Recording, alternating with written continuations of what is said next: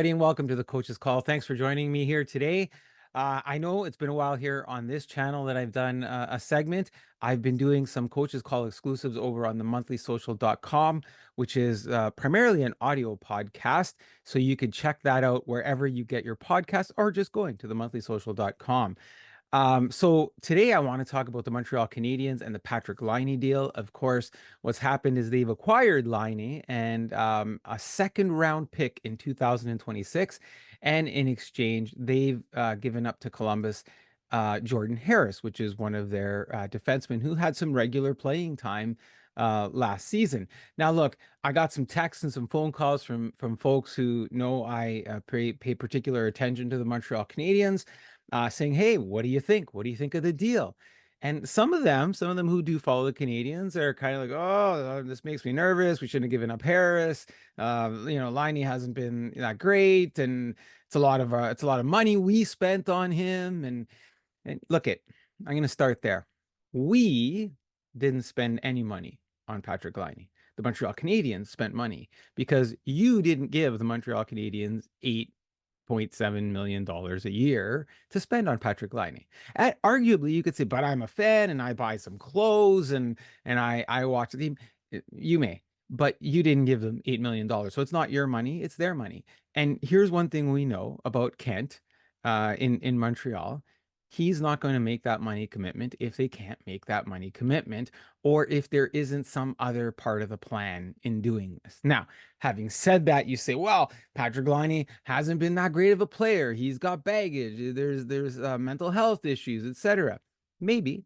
Yeah, you're right. He hasn't been a superstar the last couple of seasons, but he's still a serviceable NHL player with a whole lot of talent. Okay, undoubtedly. I would venture to say that a half in Patrick Laine will still get you 20 goals this season. Okay. He's just that good. He's got some elements to his game that are that good.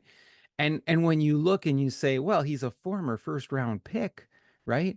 So you gave up a defenseman in Jordan Harris, who's a good defenseman, but on the Montreal Canadiens depth chart, 5, 6, maybe 7 slotting in with the amount of depth and prospects they have at defense. And that's not taking anything away from Jordan Harris. It's just on this team, that's where he's going to slot in. He'll go to Columbus. He's going to have a great career. He's a good little defenseman. In that system, he may find himself maybe in the 3 or 4 slot at defense. But in the Montreal Canadiens, he was facing some depth challenges there, right? So he's a former 3rd round pick. Now the Canadiens get back a 2nd round pick as well in 2026.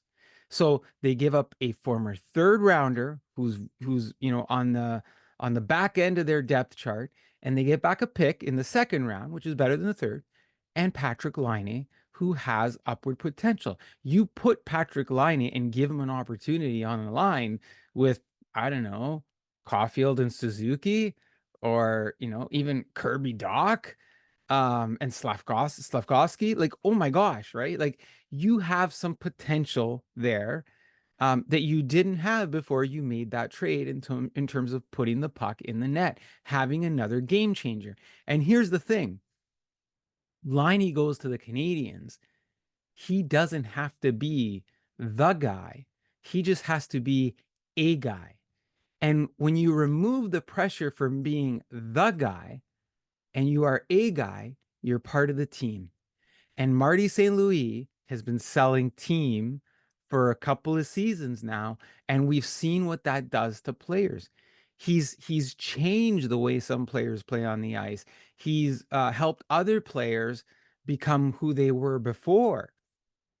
And so there's a little bit of faith in the system here where you go, hey, did they take a gamble on a guy who's had a few issues the last couple of seasons? Sure. They gambled money that they know that they could gamble. They got back a return in terms of a draft pick for a defenseman who wasn't going to play as much as he could somewhere else because of their own depth chart. So to me, I may not think that, I look at Laine the last few seasons and go, where does he sit? Probably not, 1-for-1 or some other deal part of it. If we had given up more, I'd say, I don't know. But for what the Canadians gave up, I think they made a good move. I think we get to see what can Patrick Laine do in Montreal. But I will say, I'm not taking the Toronto Maple Leaf approach to this. And if you're a Montreal Canadian fan, you shouldn't take the Toronto Maple Leaf approach to it, which is, oh, he's gonna get 50 goals. He'll be the next top five. He's gonna be the next superstar in Montreal. That's what you don't want. You don't want, and you want to have some reality to the deal here. They want Patrick Laine to come in and have a nice season.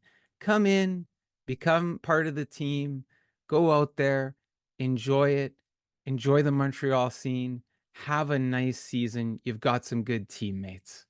That's the coach's call on Patrick Laine. Thanks for joining me. Take care.